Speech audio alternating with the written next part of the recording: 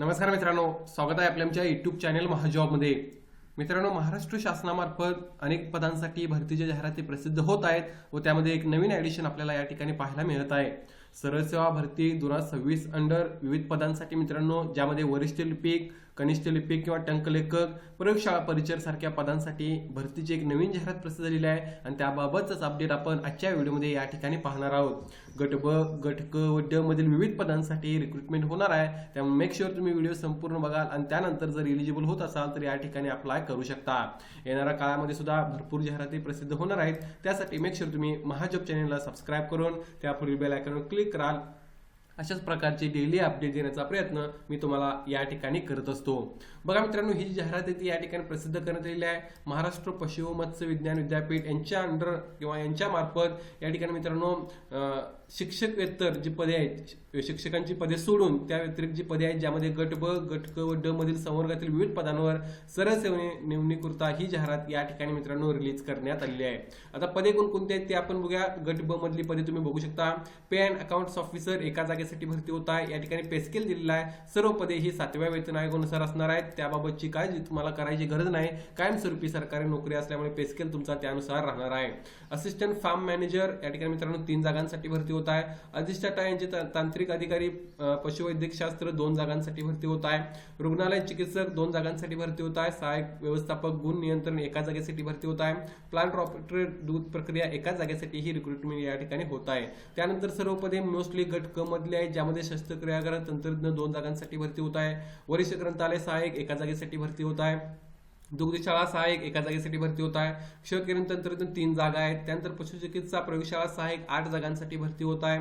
रुग्णालय तंत्रज्ञ 1 जागा आहे. त्या व्यतिरिक्त शस्त्रक्रियागृह याच्या टोटल 4 जागांसाठी मित्रांनो या ठिकाणी भरती होत आहे. शस्त्रक्रियागृह सहाय्यकचं पद आहे, जे या ठिकाणी हे पद या पदासाठी भरतीची जाहिरात सुद्धा प्रसिद्ध झालेली आहे. त्यानंतर बघा, फार्म असिस्टंट किंवा प्रक्षेत्र सहाय्यक 3 जागांसाठी भरती होत आहे. वरिष्ठ लिपिक महत्वाचं पद आहे, 14 जागांसाठी भरती होत आहे. वरिष्ठ यांत्रिक एका जागेसाठी भरती होत आहे. बॉयलर ऑपरेटर एका जागेसाठी भरती होत आहे. प्राणी संग्रहालय तंत्रज्ञ 2 जागांसाठी भरती होत आहे. क्युरेटर कम स्पेशियस टेक्निशियन याच्या मित्र स्पेसिमन टेक्निशियन 2 जागांसाठी भरती होत आहे. प्रयोगशाळा सहाय्यक 8 जागांसाठी भरती होत आहे. प्रयोगशाळा सहाय्यक मत्स्य विज्ञान याच्या टोटल 4 जागा आहेत. त्यानंतर कनिष्ठ ग्रंथालय सहाय्यक 1 जागा आहे आणि औषध भांडारपालच्या 2 जागांसाठी भरती होत आहे. या व्यतिरिक्त तुम्ही बघू शकता, वाहन चालक, रुग्णवाहिका चालक याच्या टोटल 7 जागा आहेत. ड्रायव्हर पदांसाठी भरती होत आहे मित्रांनो, यासाठी सुद्धा तुम्ही प्रयत्न करू शकता. कनिष्ठ यांत्रिकीत एका जागेसाठी भरती होत आहे. ग्रंथालय परिचर 6 जागा आहेत. सगळ्यात महत्वाचं एक पद लॅबोरेटरी अटेंडंट किंवा प्रयोगशाळा परिचर एका जागेसाठी भरती होत आहे. ट्रॅक्टर ड्रायव्हर मशीन ऑपरेटरच्या 3 जागांसाठी भरती होत आहे. ऋणोपचारक 2 जागांसाठी भरती होत आहे. लिपिक टंकलेखक 37 जागांसाठी भरती होत आहे.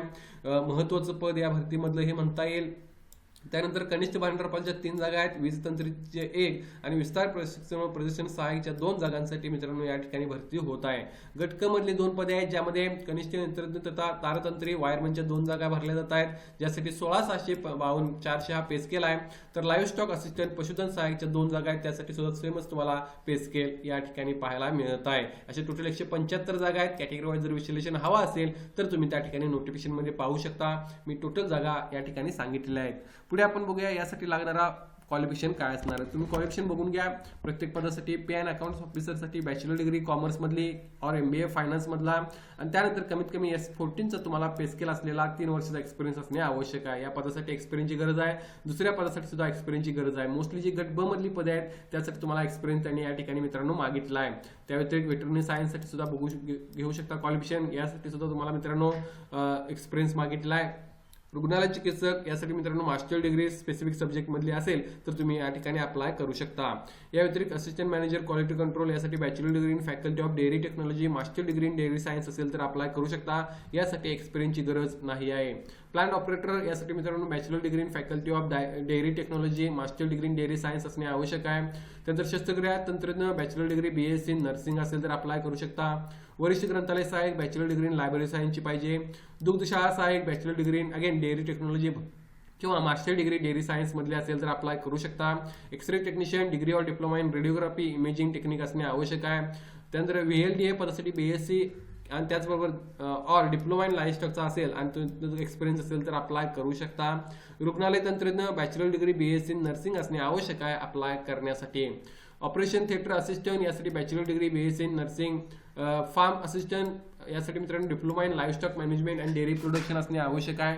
सिनियर क्लर्कसाठी bachelor degree in any discipline from state, कोणत्याही विषयामधली सिनियर डिग्रीसाठी सिनियर क्लर्कसाठी कोणतीही पदवी हा पहिला क्रायटेरिया आहे. त्यानंतर 40 words per minute English typing, 30 words per minute Marathi typing त्यांनी मागितलं आहे. दोन्ही टायपिंग असणे आवश्यक आहे.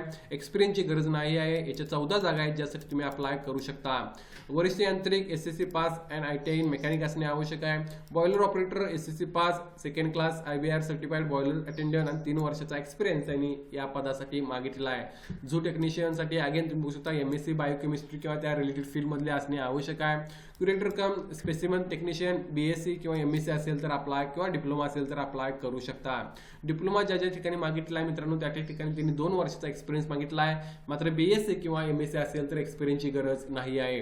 प्रयोगशाळा सहाय्यक यासाठी सुद्धा तुम्ही बघू शकता BSc MSc असेल किंवा डिप्लोमा असेल तर अप्लाय करू शकता. प्रयोगशाळा सहाय्यक मत्स्य विज्ञान अगेन BSc सेमच क्वालिफिकेशन तुम्हाला या ठिकाणी पाहायला मिळत आहे. कनिष्ठ ग्रंथालय सहाय्यक बॅचलर डिग्री लायब्ररी सायन्स मधली, औषध भांडारपाल बॅचलर डिग्री फार्मसी मधली. ड्रायव्हरसाठी अगेन मित्रांनो या ठिकाणी तुमच्याकडे ड्रायव्हिंग लायसन्स या सर्व गोष्टी असणे आवश्यक आहेत, ते तुम्ही त्या ठिकाणी पाहू शकता. कनिष्ठ यांत्रिकीसाठी SSC अँड ITI असणे आवश्यक आहे. ग्रंथालय परिचर HSC and diploma in library science पाहिजे. प्रयोगशाळा परिचर BSc डिग्री आणि त्यानंतर BSc डिग्री नसेल तर या ठिकाणी मित्रांनो डिप्लोमा इन लाईव्हस्टॉक मॅनेजमेंटचा असेल तरी अप्लाय करू शकता. हे पद महत्त्वाचं आहे. याच्या 41 जागा भरल्या जात आहेत. Tractor driver machine operator again bachelor असणे डिग्री तुमच्याकडे तुम्हाला असणे आवश्यक आहे. त्यानंतर dresser diploma in livestock management आणि डेअरीची डिग्री. लिपिक टंकलेखक possessive degree of any discipline. आणि त्यानंतर या ठिकाणी मित्रांनो टायपिंग तुमचं दोन्ही पाहिजे, 30 वर्ड्स पर मिनिट मराठीचं आणि 40 वर्ड्स पर मिनिट इंग्लिशचं. हे पद सुद्धा महत्त्वाचं आहे. टायपिंगसाठी अप्लाय करू शकता. कनिष्ठ भांडारपाल अगेन यासाठी मित्रांनो टायपिंग पाहिजे तुमचं 30 आणि 40चं. 20 तंत्री SSC आणि ITI. विस्तार प्रदर्शन सहायक डिप्लोमा. त्यानंतर ज्युनियर टेक्निशियन कम वायरमन SSC आणि ITI इन वायरमन. आणि लास्टचं पद पशुधन सहायकचं डिप्लोमा इन लाईव्हस्टॉक मॅनेजमेंट आणि डेअरी प्रोडक्शन असेल तर अप्लाय या ठिकाणी करू शकता. सो टोटल 34 पदे आहेत. मी शॉर्टमध्ये तुम्हाला क्वालिफिकेशन या ठिकाणी सांगितलेलं आहे. डिटेलमध्ये तुम्ही त्या ठिकाणी मित्रांनो नोटिफिकेशनमध्ये पाहू शकता. आता यासाठी एज लिमिट बघून घ्या. 38 वर्ष, 18 ते 38 वर्ष एज लिमिट हे ओपनसाठी या ठिकाणी राहील. ओपन कॅटेगरीमधले कॅन्डिडेटसाठी. इतर कॅन्डिडेटला 43 वर्ष, 45 वर्ष ॲज पर गव्हर्नमेंट रूल त्या ठिकाणी रिलॅक्सेशन मिळत आहे. माजी सैनिक, दिव्यांग, प्रावीण्यप्राप्त खेळाडू, प्रकल्पग्रस्त, भूकंपग्रस्त, अंशकालीन पदवीधर, स्वातंत्र्य सैनिकांचे पाल्य यांना सुद्धा एज रिलॅक्सेशन लागू आहे. सो या बेसिसवर तुम्ही तुमचे एज कॅल्क्युलेट करून या ठिकाणी जर एलिजिबल होत असाल तर अर्ज करू शकता. यासाठी सिलेक्शन कशा प्रकारे होणार आहे बघा. तर लिपिक मधली पदे आहेत वरिष्ठ लिपिक, लिपिक टंकलेखक, कनिष्ठ भांडारपाल यांना डायरेक्ट मराठी, इंग्रजी, सामान्य बौद्धिक चाचणी याबाबतचे 100 क्वेश्चन आणि 200 मार्कांचे एक्झाम होईल. इतर जी पदे आहेत ज्यामध्ये सर्व इतर पदे मेन्शन केलेली आहेत त्यांच्यासाठी टेक्निकल अभ्यासक्रम मित्रांनो राहणार आहे. तांत्रिक अभ्यासक्रम राहील ज्याचे 40 प्रश्न आणि 80 गुण राहणार आहेत, ज्यासाठी तुम्ही अप्लाय करायचा आहे. तर वाहन चालक, रुग्णवाहिका चालक, ट्रॅक्टर ड्रायव्हर यांना मित्रांनो व्यावसायिक चाचणी असणाऱ्या 80 गुणांची, ज्यासाठी तुम्ही प्रयत्न करू शकता. यासाठी अप्लाय करण्यासाठी 1000 रुपये फॉर्म फी TCS मार्फत घेण्यात आलेली आहे खुल्या प्रवर्गासाठी. तर मागासवर्गीय, अधुग, अनाथ, दिव्यांग यांना 900 रुपये फॉर्म फी आकारलेली आहे. सो अगेन TCS मार्फत एक्झाम होत आहे, त्यामुळे काय स्टँडर्ड फी आहे ती या ठिकाणी आकारली जात आहे. माजी सैनिक, दिव्यांग यांना कोणतीही फॉर्म फी आकारलेली नाही आहे. यासाठी अप्लाय करण्यासाठी 28/2/2026 पासून सुरुवात झालेली आहे. 20 मार्च 2026 पर्यंत तुम्ही ऑनलाईन अप्लाय करू शकता. एक चांगली संधी आहे मित्रांनो. जर क्वालिफाय होत असाल तर प्रयत्न करू शकता. येणारा काळ सुद्धा भरपूर जाहिराती प्रसिद्ध होणार आहेत. अशा वेळी तुम्ही तुमचा स्टडी कंटिन्यू करा. त्याचे अपडेट्स तुम्हाला पाहता येतील आपल्या चॅनलवर. या भरतीसाठी तुम्ही MAFSU.ac.in या वेबसाईटला व्हिजिट करून अधिक माहिती घेऊ शकता, ज्याची लिंक मी डिस्क्रिप्शनमध्ये मेन्शन करेन. व्हिडिओ आवडल्यास नक्की लाईक करा. अशाच प्रकारचे डेली अपडेट देण्याचा प्रयत्न मी या ठिकाणी या चॅनलमार्फत करत असतो. धन्यवाद.